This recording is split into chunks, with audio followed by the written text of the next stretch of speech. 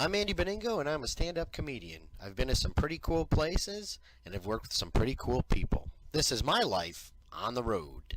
Hey everybody, welcome to this week's episode of On the Road with Andy Beningo, and this week is going to be kind of crazy. I'm actually working the Norwegian breakaway, and they're going to be flying me from Philadelphia all the way to Copenhagen, Denmark. I don't really like to fly.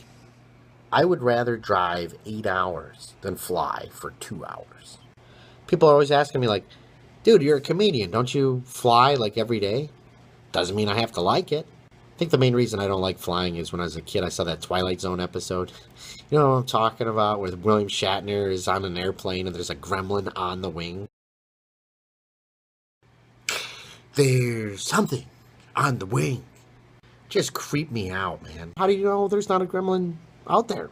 How do you know there's not one waiting underneath your Spirit airline flight? Maybe that's why the flights cost $14. That's actually why I hate sitting on the window. I'm afraid I'm going to look out the window and there's going to be a gremlin on the wing. I would rather sit in the aisle. The aisle's awesome. You don't see any gremlins in the aisle.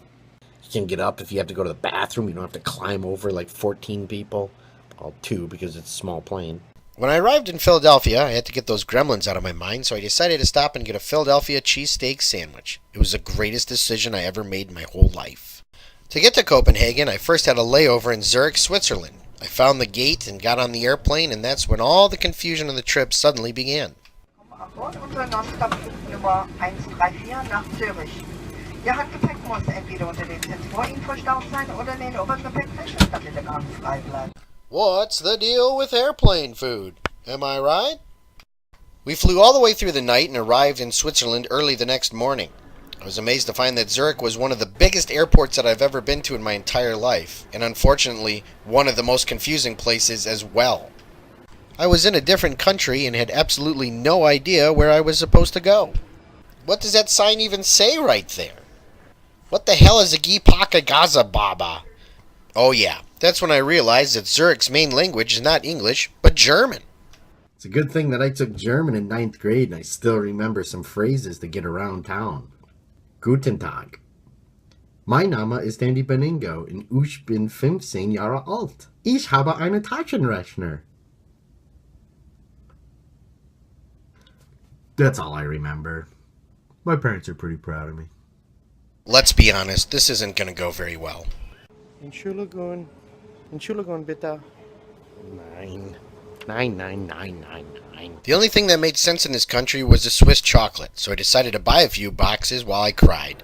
A nice stranger came up and told me the best way to get to the gate is to go up the escalator and jump on the Sky Metro. All I had to do now was enjoy the sweet, sweet tunes.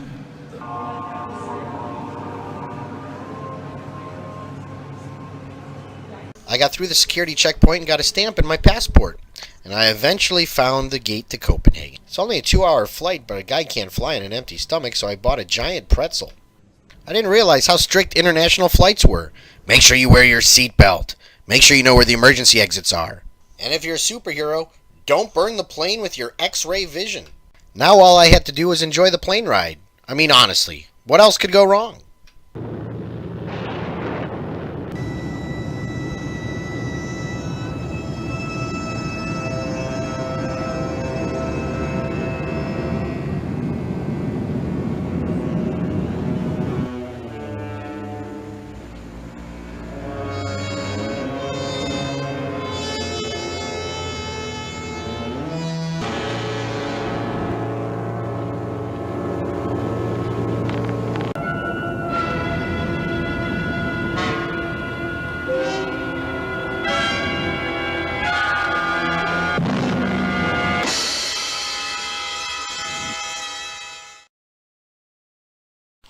I'm just kidding.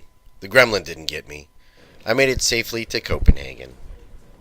If you enjoyed this week's episode, make sure you click the subscribe button to watch upcoming episodes of On the Road with Andy Beningo.